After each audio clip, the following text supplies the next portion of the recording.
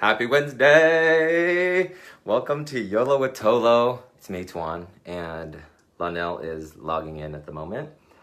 Hope you guys are having a good week. I know there's been a lot of bad news out there, and it ties in with our topic today. So thank you so much, you guys, for joining us. I'm just gonna wait for a second here for Lonnell to join us. Today, Kevin Lee is going to be our timekeeper. And let's see, Lonnell, I see you here, but it says allow your guest to add. There you go. Hey, Kevin. So good to see you guys here. So excited to see you. I think this is like episode, 17? What's up? Yeah. Hey, what's going on? Hi, how are you? Me? I'm good. How about you? Crispy looking? I can't do any I'm more hecka light. crispy right now. It's okay. I have my niece and nephew. They're out of school at the moment, so I've had them for the last 2 weeks. So all I gotta say is, all you parents and guardians out there, God bless you. A lot of work. Yes, God bless you, child. Because I cannot. I will not. I just simply cannot. Never say never. Never say never. Okay. But the kids are good. They're great. And anyway, just like trying to find like time for yourself and self-care and oof. So I'm crispy, Right. is basically what I'm saying. I'm shiny as all heck. But where are you at? Where are you at? Are you in Atlanta? I am in Chicago. Oh, you're Chicago. Okay. Cheers. Having Welcome, some tea. everybody. You get a chance to add your peeps. Kevin, thanks for adding people on my private. So for those of you guys, when we keep saying adding peeps, it's basically what we mean is we're on the YOLO with ToLo page, but we have our private pages that we share as well, and with our audience and our friends. So that's what they're doing now. Kevin is logged into mine, and he's helping me because I'm a hot mess. Otherwise, I'd be dropping my phone like you last week. Right, and I need to just go ahead and get my little travel thing. I know better, but okay, yes, I did. Anyway, how are you?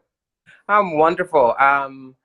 Just been a busy week. I had 2 weeks off, like, and I saw you when you were in Atlanta. And so the past week I've just been on the road a lot.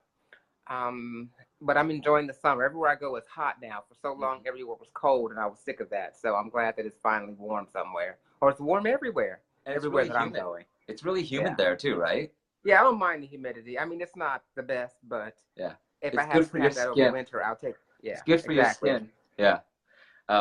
Well, so last week we talked about sharing your story and the power of being vulnerable enough to share your story. And one of my favorite, I don't know if it's your mantra or your quote or your favorite quote, your saying is stand in your light. And when you have the courage to be vulnerable and share your story, people step in the light and have the courage to share their stories. So thank you guys so much for sharing your stories, both on our timeline through different texts or emails or messaging that you sent us. We hear you. We hear you. Yeah, we do. And they are inspired by you as well. And I'm learning every time I get a message from someone, either if it's a question, I still am triggered to explore something maybe that I haven't explored before. So I like that. And they're keeping me on my toes. Yes. As well as me trying to do the same for them. So I'm loving it. Loving it. Me too. And one of my favorite things about this show is basically the themes come from you guys. It's the conversations that we privately have with you guys, or we have in person with some of our friends, or through the DMs you guys sent us, or the questions that you submit on our timeline. So last week's, again, was sharing your story and power of vulnerability. And today is sort of the 2.0 of that. It's like blocking the negativity. Right? Putting a force field like Wonder Woman. We should start selling those little bracelets. Right. If only it were that easy, but yes, much easier said than done. But hey, Jennifer. If you're going to survive in this this climate where we are constantly deluged with just foolishness. I know. Let's just get right into it. You gotta have your like spiritual combat up. Yeah, go ahead. Yes, go for it. And we're gonna talk about that today, blocking the negativity. And I love this so much. I love what this chat so much because we crowdsource the wisdom. It's not just us giving you advice, but we get advice and inspiration through you. And segment 1 is YOLO's Hot Topics. And let me tell you, the hot topic that's still going on today, and it broke a few days ago, is the immigrants being torn away from their parents, and the children being torn from the parents. Yeah, right. At the Mexican border. I have no words. I'm gonna try to articulate without getting pissed off, but Good luck. I know. So I've tried to really, I don't know if you've been doing this, but you know, I try to be informed. So I do, you know, go to my different sites, you know, through the internet, and I try to watch a little bit of news. I try not to do it before I go to sleep because I end up being pissed Then off you or not don't sleep. Yeah, because the energy I feel like transfers right through the TV.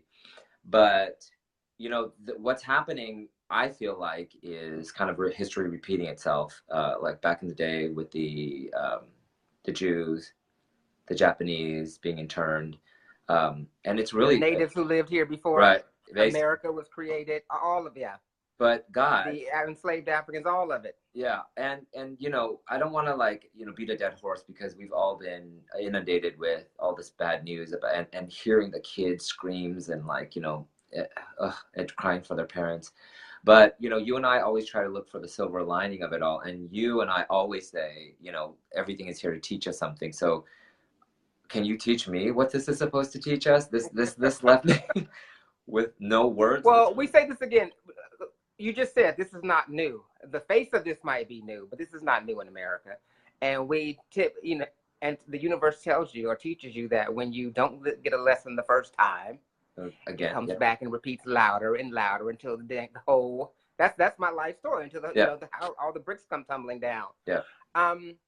Immigration, illegal immigration, I should say, has been a huge problem in this country long before this administration. So, and people have been kicking the can down the road. I get it. And this president said that's, you know, he was he's been very transparent about a lot of the stuff, you know, people don't necessarily want to believe because I give him credit for that. Believe that you were really that out there. Yes. But I give him credit for that. Yeah. So he campaigned on being out there like that, and those were his views. And the country said, okay, well, we're cool with that. And now that it's, you know, now that these things are manifesting and he's doing what he's saying, everyone's losing their mind. Yes. Well, they should have voted differently. Yeah. I don't know what, but I still say that all this is here to teach us. Now, you know, I know as well as anyone else that images can be manipulated. You know, children cry on airplanes. Doesn't mean that their lives are ending. But the optics are horrible. The optics are so bad that it actually caused the president to actually issue that executive order to change the policy, and he doesn't back down on anything, no matter how insane it is. So I think that says a lot. But I think it's just here. It's like pay attention, and just because it's that group today and it's not you, doesn't mean that it can't be you tomorrow, or that it can't be you again tomorrow. Yes. Yeah. If you've gone through some type of persecution previously. So if anything, it's like this is really an opportunity to unite. Whether you're, and it's not even about the politics. This is just about humanity. Yeah. Just the humanity of it all. It's like, no, you can't, you know, we have a huge problem with illegal immigration, but I don't think that's the answer either way. But you can't. But let this be a lesson to stop kicking the can down the road, and for us to hold our politicians accountable, maybe to try to come together and something reasonable. Everybody's not going to give 100% of what they want, so you got to compromise. But all of these extreme pendulum swifts, you know, from left to right, are not going to. I don't believe that they will sustain us. But spiritually speaking, spirituality, even in all this chaos, it's here to raise your vibration and to help you to think and to experience things on a deeper level. So I think that if you tap into that, you can navigate all of this. You can navigate this madness. Yeah. So wise. So wise, brother. I think so annoyed. Yeah, right. Me too. I think there you go. That's my point exactly. What I learned from this whole thing is that there are so many people on Twitter, on Facebook, on Instagram that were so pissed off on all sides. Democrat friends, Republican friends, friends that like hate politics altogether. All of the people that at least that I saw, I would say 99.9%. Were either enraged or took some sort of action. So whether it's calling your representative, I signed a petition on the ACLU website to try to push the SB 3036, the law that allows you to that pushes you to reconnect the parents with the kids. I know I saw on Lisa Ling's Instagram, she said that, you know, as a parent, she's horrified and as a human being. So she donated blankets and diapers. I saw that a lot from people. I also saw silver lining that somebody had posted, and I forget what the source is, but there was a Bay Area couple that started in the early stages of fundraising to get these kids out, to get resources to these kids and get them out or reconnected to their families. It raised over $7 million just here in the Bay Area. 7 million. That's huge. Right, and people out there, I saw people out there being loud and proud about it, and going out to on the to different representatives offices and such, and just being visible and being a voice for the voiceless. I think that's the biggest thing. Is my point is, take action. We can't just sit and just hope somebody else. You can't just sit by. You've got to, and some people don't know how to react. And that's part of the thing too. You can't just be complacent. Thoughts and prayers are lovely. Yeah. They're needed, but they ain't enough, boo. You got to get down in the trenches on whatever level you can afford to. And when I say afford, I don't necessarily monetarily. Yeah, absolutely. But however you can afford to contribute, you need to be a part of it. We all need to be held accountable to be part of the solution. And that's going to come with putting pressure on our government and holding them accountable. It's, for so long, we just don't necessarily hold them accountable. Either we don't even understand how the legal system works in our country and how we can affect change, or we're just willful ignorance. I don't know, but I think that you have to be involved on some level. Absolutely. And Kevin says here, almost $15 million donated now. Wow. Right. And so I think, like, going back to piggybacking off of what you said, I think that history will repeat itself in different ways, shapes, and forms and situations if we don't do something about it. And I just felt like we collectively, we all have to do something, even if it's like a little drip in the ocean. I love that quote that,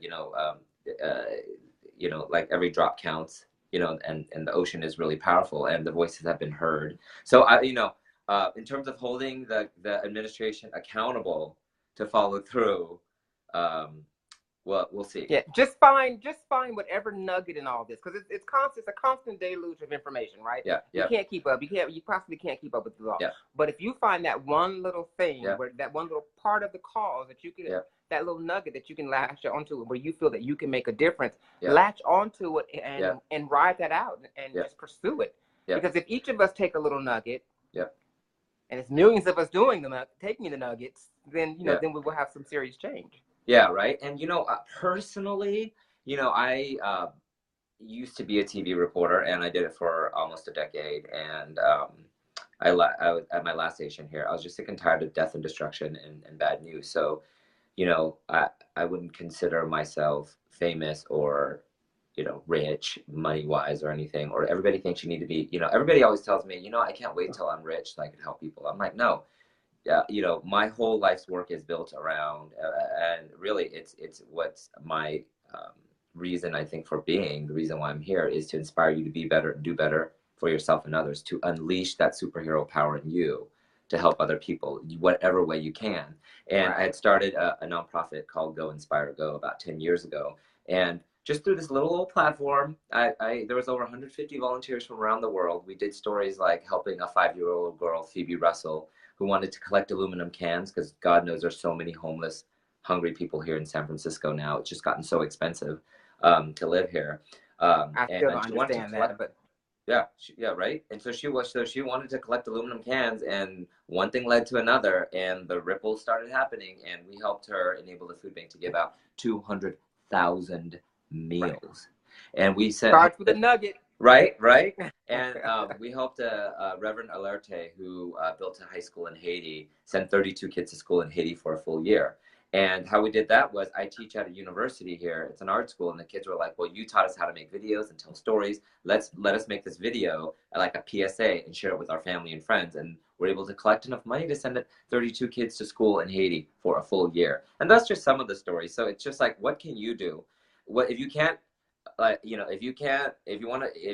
homelessness is something that you feel like is a problem in your hood, or that touches you, then go. If you can't write a check, good, awesome. If you can't write a check, just go and package food and volunteer your time, or donate some food, or it's whatever little thing you can. If you love to read and write and talk, then go out and read to kids if that's what you feel like your calling or what excites you is. There's a place in your cause for you, Yeah. whatever that cause is. There's a place Yeah. for it in you, Yeah. for you in that space. So Yeah. find it. Yes, absolutely. So, segment 2, dump the hump. And that's a segment that on Wednesdays, dump the hump, we talk about just kind of words of wisdom, things that, that have inspired us to kind of get through our Wednesday blues, but not really just Wednesday, but just to kind of get through your challenges so you can love the life you live more. And, this week, um, going back to our whole theme about sort of protecting your energy or blocking, the negativity, professionally, or spiritually. It made me think about this quote that I don't know where this came from, but I remember reading it, and I use it as, like when in your yearbook you have a senior quote. So my Mm-hmm. senior quote was, there are 3 types of friends: those like food and water, who you need to be in touch with every day; those like an illness, oh no, so those like medicine, who you only need once in a while; and those like an illness you don't want but it comes back. And how to deal with that, I feel like I've evolved over the years, right? And I think for me, being present, you and I talk about that a lot, but I think personally, professionally, and spiritually, being very mindful of your energy and vibration after you connect with people. You can, through business or through friendships or whatever, you can be with somebody for 10 seconds to 10 minutes to 10 hours, and you just feel yucky. I mean, right? You just feel gross, and you just feel like your energy, like the energy vampire came and sucked all the energy out of you. Or like when we talk, we feel lifted and shifted and like gifted with this energy and this wisdom. So I think those are some ways for me. I think being mindful of that is a great way to sort of like gauge how you're feeling first before you take action.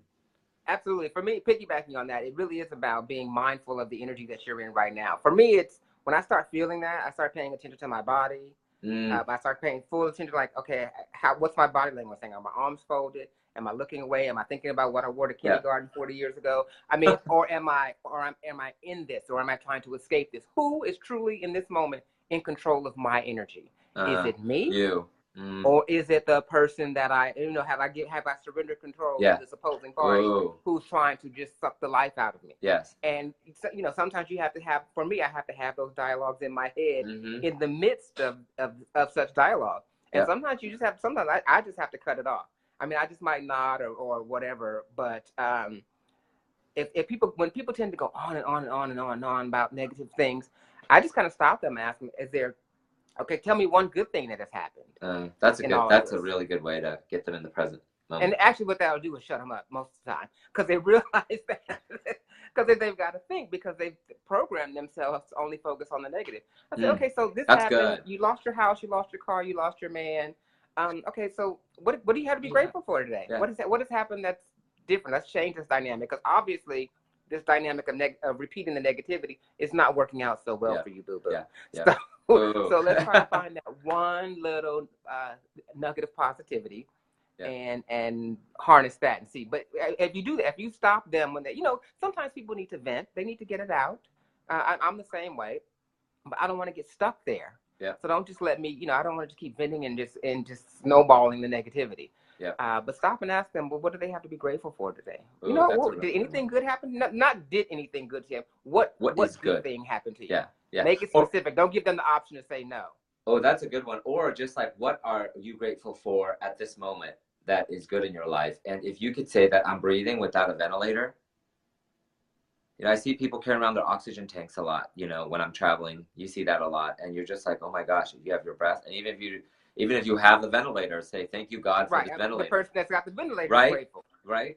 And I feel so it's who's in control of your energy. And you need to be mindful of that in the moment. Yeah. And your body will tell you, your spirit will tell you. Yeah. But you need to be mindful of it and acknowledge when you surrender your control to someone else. Oh, that's good. If you give it up to someone, because then it goes out of control. Like if you give somebody the wheel, you're not going to give a drunk person or a crazy person your keys to drive your car and then jump in the back seat, would you? No. So you're doing that with your energy, right?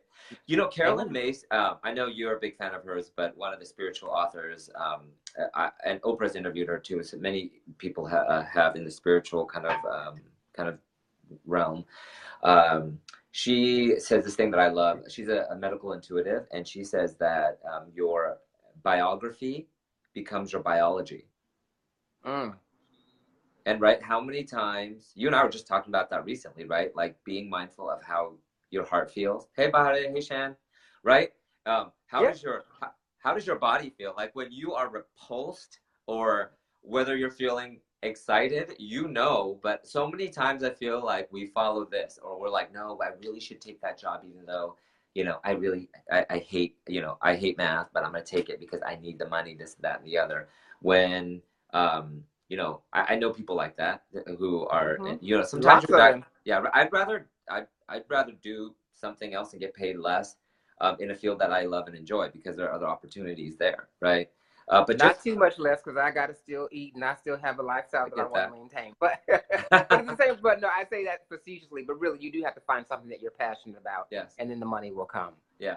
So, so anyway, going back to for those of you guys that are just joining us, we're talking about how to block out the negativities personally, professionally, and spiritually. So please chime in if there are any ways that you guys do. But I also, you know, if you can, try to limit your um, engagement with, because you know there are people that there are like family members who you know you're going to see at holidays, or you know it could be a partner's friend or whatever that annoys you, but you can limit the time you know that you spend with these people. Um, and like I love what you just said about not you know surrendering your power to them, right? It's just like when I feel like when I am driving and somebody, you know, it just cut me off. I mean, I could choose to try to go cut them off, or you know, if they're flipping the bird or yelling, I could either choose two things: to get pissed off, or just to send them love and be like, well, they might be having a bad day. I don't know what they're going through. And then your body changes when you make that decision, one way or the other. You either get super pissed off, or you just kind of let go and sort of like have some empathy for them and know that it's really not you. It's You know, not you. hey Kim, yeah. Um, but I love that you also say we keep on saying that you know what is this here to teach me, and through all the stuff that's happening with the administration and these kids being pulled away from their parents, I just keep thinking that and keep thinking about um, you know what ways we can take action. So you know we'll just can like you said we can pray, but we also have to take action and be a voice for the voiceless. I think that's what I'm getting you know out of this conversation the most. You know, but we're let's talk to ToLo, segment 3. Talk to us. We Hey definitely want to y'all, know. we got some more. We always get some very good questions and good statements. I'm Yeah, always thinking like, whoa, that's pretty good. yeah. Let me look on here on Facebook. So I got a couple of good ones, and we every week we kind of shape and form the theme of our show based upon the questions that you guys ask. Um, so this one is from a TV friend of mine who wants to remain anonymous because she's a TV reporter, and she says, "I have a question and some advice on trying not to suck up someone's bad energy.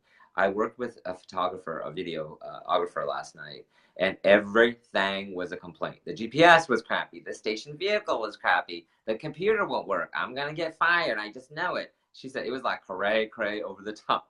How do you tune out when you have no choice but to listen to it and be stuck, for example, which she's stuck in that vehicle with that woman, photographer, for a whole workday? It's her choice to live in that way, but how do I not suck it? Yeah, you You can't know? absorb it. When you've had enough, like I said, if you want to shut them up, ask them, ask what that person what has gone right today. Oh, that's good. I love that. What has gone right today? Because clearly everything, but everything, you know, find something. You've got to find. There's got to be something. Yeah. Dig deep, and get back to me Oh, when you that's a have an really good one. answer. That's a really Meaning, good shut one. up until then. Yeah. But And okay, that'll so let me probably. play devil's advocate. So say this person is like, oh, nothing. Like life sucks, and you know we get it's you know it's Yeah. also hot, you know. I disagree. Dig deeper. Mm. I disagree. Dig deeper. Mm. I know there's something. I Mm. can think of a few things for you, but That's you a need to good come one. up with Yeah. them. Yeah. But yeah, I mean, and sometimes it's easier said than done. And people sometimes when they are on that wheel of negativity, Yeah. they tend to just like to dwell there because it's comfort. It's like comfort food for them. Yep. But why? Well, I mean, you know, why? What is that accomplishing? How is any of this going to change what we need to get done? Yeah. No, But how is it going to change anything? So, and sometimes they may be in a superior position or whatever. You may not feel that that might be too confrontational. But if you're just going to sit there and just absorb that, that's abuse. Yeah. It's just abuse. Yeah, it's true. Yeah.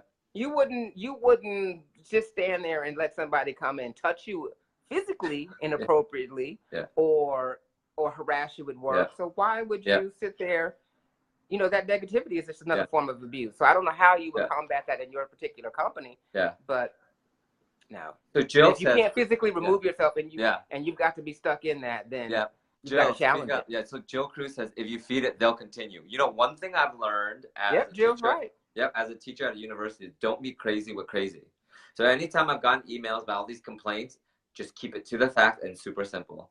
And like Jill said, it's like, so you know, I would like flip the script after asking them what did go, you know, like you said, what did go right. Then you could say, well, you know what?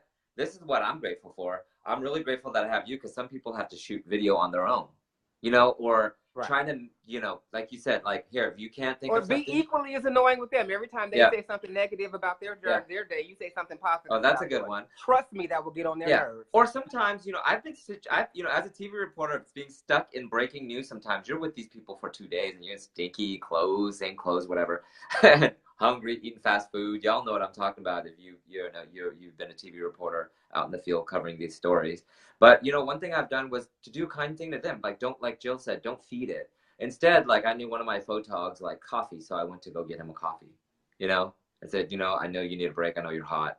Or let me help you carry that. You know, I always help them carry the gear. But just, you know, doing something kind and nice to them, I think that's helpful.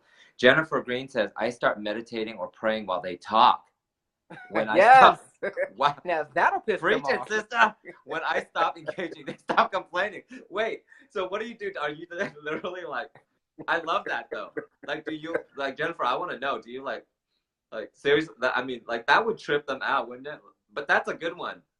I send love to people though. I really do. Like, when people, like, you see a lot of people, mentally ill people here in San Francisco. And so I really do, when they walk past me, like, it's weird when I send them love through, like, and it might sound a little woo-woo, but I send it to them, and then their energy, their vibration is different towards me, and they go yell at somebody else, or it's almost like they can feel the force field. Right. But this is not going to work here. Right? Jennifer said no in my head. She said. Kevin says, if you feel comfortable enough, ask them sincerely what's really going on in your life. Right. Because there's something much deeper, right? Oh, that's good. Beyond, much deeper than all of that. Hey, you guys, this is really good stuff. You're helping me because, you know, we all are stuck in different situations that are uncomfortable. I'm the kind of person, though, that I really don't mind confrontation. I'm not passive. But some people do. Yeah. And it's not like I go and I want to fight with you, but I flip the script and say, you know what? Like Kevin said, like, why do you, you know, why are you complaining so much? Or, why? And then you ask them, like, what, did something happen to you today? Or, you know, and I feel like when you try to see, well, especially when I'm in any sort of argument with a friend or my partner or anybody, then I try to see their point of view too. And say, you know, see where we can find common ground. So, for example, with a videographer that annoyed me back in the day, I'm like, look, we both want to get this story, and we want to do a really good job putting together the package or the video and doing a really good live shot, right? And I know you're one of the best that I've worked with. A lot of times, though, you know, in my experience, the photogs that have been in the business a long time become jaded, and so, you know, I kind of seek, you know, I kind of defer to them about how to do a better story, or, you know, and it's interesting, you know, but you're, like Jill said, don't feed the crazy. I love that. Right. Yeah. And when you ask them a question like that, it actually makes them feel valued, even on some level. Yeah. So right? that might cause a shift in their energy, hopefully. Yes, because, you know, we all just want to know that you see us and you feel us, and that we somehow matter at some way or another. Right. That, you know what, hey, I'm here, you know, like, maybe some people might be like, oh, you know, you're the person on camera, you get credit, or whatever the heck it is. I think it's really important to make. All right. I don't have any control in my house at home. I come to work. I don't have any control. So this is my outlet. It's venting. And unfortunately, you're stuck here with me. Yeah. Yeah. Hey, Kathy. Yeah. So continuing on this topic, and I want to get to this other question because it's really good. Today we're talking about how to block the negativity. And Kathy and I always talk about this. We talk. Well, she has this. I have it up here too, but she has like the third eye thing. She loves that thing. And before she moved to her new job in Arizona from San Francisco, I gave her some incense that my grandmother always lit, and I gave her some sage to kind of clear out energy. I believe in all that stuff. There's another question that came in. Was Koshi from San Francisco asks, I want to know how you can stay empathetic without feeling responsible to solving the problem and then getting frustrated when you can't. To solving it. Okay, first of all, it's not your problem. It's not to solve it. No. That's the wrong approach. That approach will lead you to misery indefinitely. Yeah. No, you can't. So honestly, you can't solve someone else's problem. You can find a way to be empathetic, but again, it can't be to a point where it robs you of your energy, your source, your purpose. Yeah. So you've got to be in a space where you're always in control of that. And being empathetic sometimes may mean listening, just being an ear for them. You don't have to say anything sometimes, but you've got to find that space. But if you have the mentality where you have to approach it like it's your problem to solve, you are just asking for a world of trouble because you don't necessarily know the depths of their story or the backstory to why they're even in this space. Yes. They may not even know because they may not have done that work on themselves to get to the root cause of why this particular thing, which probably is not showing up in their life for the first time in that moment. It's probably just the most critical now because they've avoided it so long. Yeah. So you can't, it's not your place to solve it. Kevin says, I love that. I love how you're so real about it. So Kevin says, they might not even want you to solve their problem. That is so true. Sometimes I feel like when people get defensive when I do, I admit, there's times when I have tried to give advice and people are like, chomping at the bits, like they start getting mad at me. But that also taught me to be very clear when I am talking to somebody. Because sometimes I just want to vent. I just want to be like, hey, Kevin, Lonnell, I don't need advice. I don't want, your opinion or anything. I just need to tell somebody to get it off my chest, right? Kathy says, don't let people rent space in your brain. At all. I love that. And you can't. You really can't. You really can't. You're right, Kathy, and you're right, Lonnell, but that's hard because nobody said any of this was easy. Because Kathy, you and I have done that for each other. We're like, don't let it get you, but sometimes you just want to cut somebody, Yeah, nobody says any of that stuff was easy. That is crazy. Yeah, but I do love that, being a mirror for somebody. And I think that's what we're doing here too every week. You and I are mirrors for each other. And that's why I love, we call it the YOLO tribe, the YOLO ToLo tribe. But, right, to be able to talk about, and be a mirror for one another, I think that's really important. Because sometimes too, I'll get mad at something and I'm like, wait, did I go out of line? Was I being a diva? Don't answer that question, anybody. Bless them and release them. That's a good one, Kathy. That's a really good one, Kathy. Jennifer, are you seeing these? Are you seeing these, Lonnell? Hey, I am seeing them. Okay. Because Lonnell, Jennifer says, you can't be empathetic. I got to click. I can't see her entire comment, though. I'll read it then. You can't be empathetic if you absorb the problem as your own. It's not about what you can do for others. It's about understanding their perspective.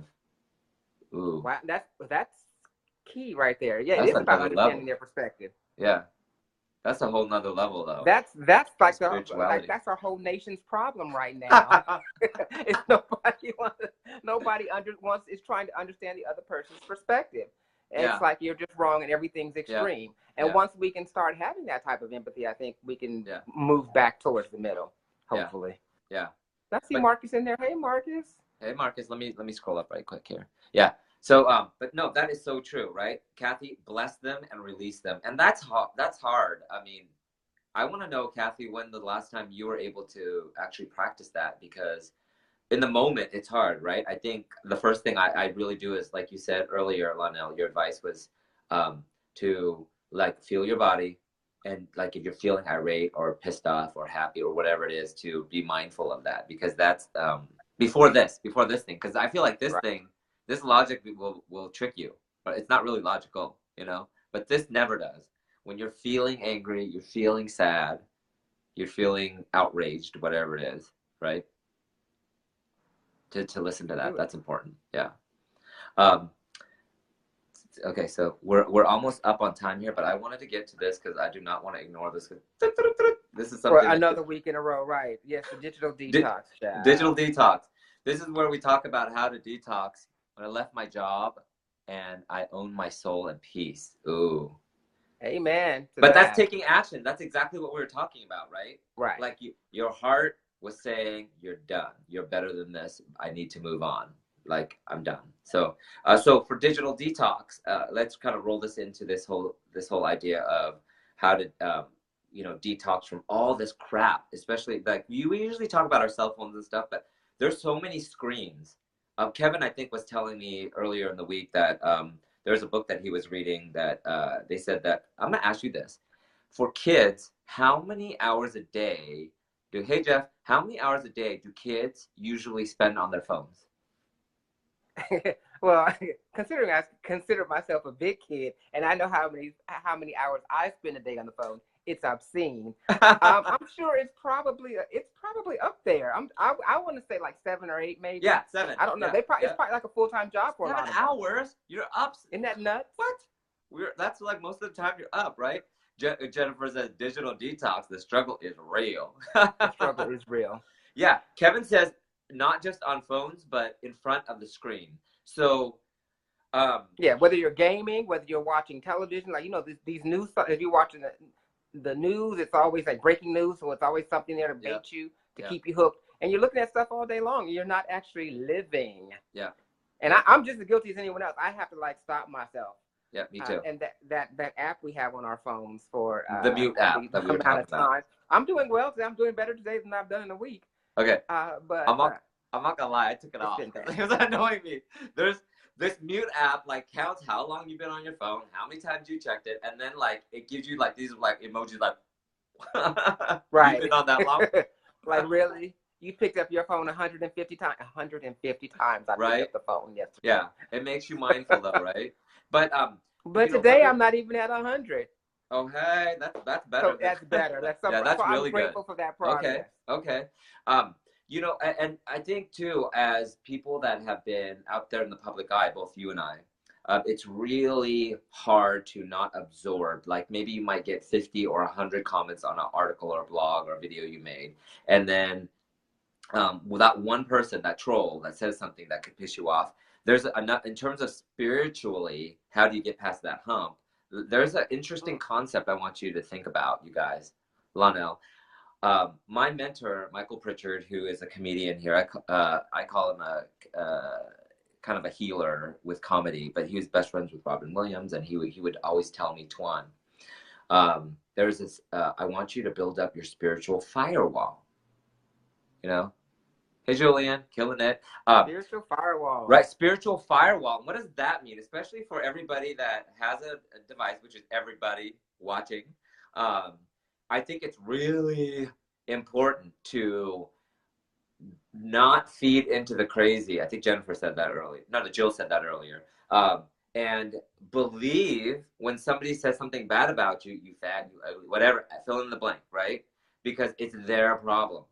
Every bully bullies because they've been bullied or something hurts in them, right? And so on the flip side, here's to another level is also don't believe all the praises that people give you, especially the strangers out there, right?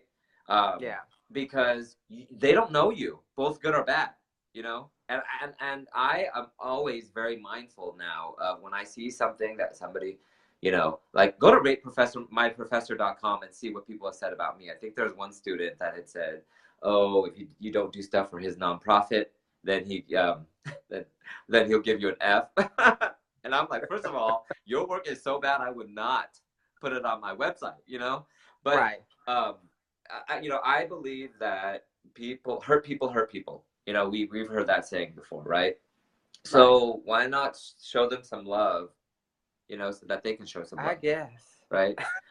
and Ellen says, let your haters be your motivators. And exactly. That's what I say all the time. Let your haters listen. First of all, if you're doing something for a cause or you're doing something that's going to be put out in the public, whether it be the mass public or your public platform in your community. Yep. If you don't have haters, you're not doing it right. Ooh, that's because good. the moment you are trying to elevate, the moment you are really hitting your stride, hitting your groove, people are going to try to knock you down. That's just part of the process. But so don't let that deter you. Let it actually motivate you. Yeah. Yeah. And if you can hone into that and not just because if you're going to put something out there on social media or whatever, even in your workplace, when you step up to do something, people are going to gossip. People are going to. You have to have thicker skin. Yeah. You just have to have thicker skin and understand that that's just part of the process. And really, the more haters that you have, the better job you're doing. That's just what it is. I never thought of it that way.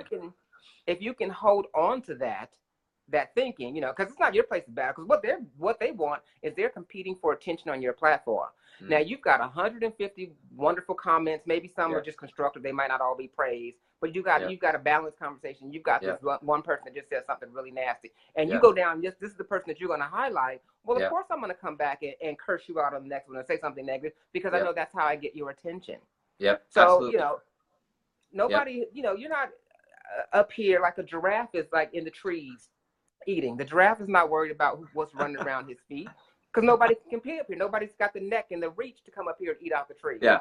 Yeah, and Julian here, one of my former students, actually one of my best students I've had, it says that guy sucks, Toan. Toan is one of the best professors I've ever had. Aw, thank you. And you know what, though, Julian, that means more to me because I care about you than other people that I don't care about. So listen to this, people that are watching, especially kids. I tell my mentees this and students this all the time.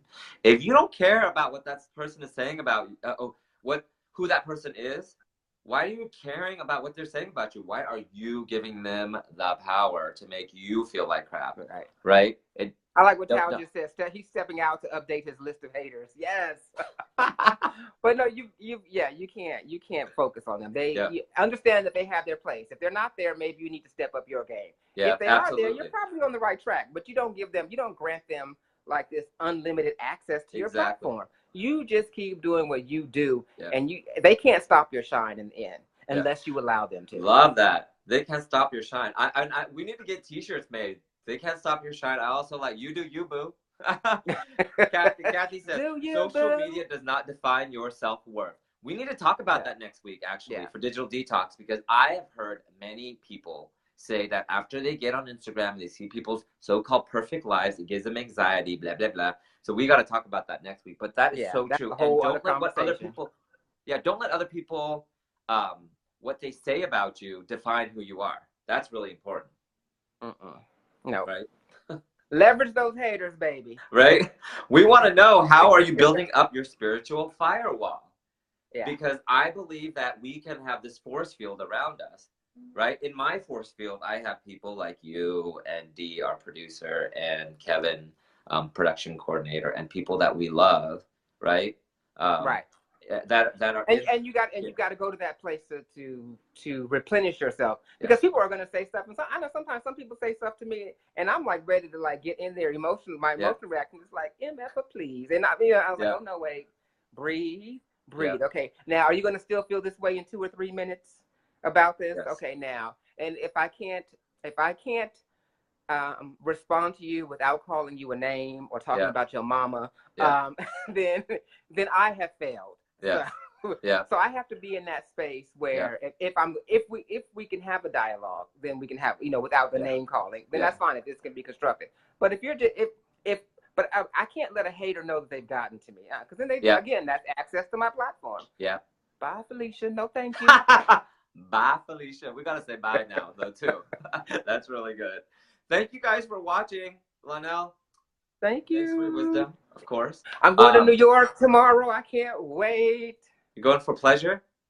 Yes, pleasure. My friend Cameron, who works for ABC, has got some nice stuff set up for us to do over the weekend, and then we're going to march in the Pride Parade with Disney. Oh, awesome. So I'm looking forward to it. I'm excited. Awesome. I want to see photos on your social media, and send me some. They'll be all over the highlight reel.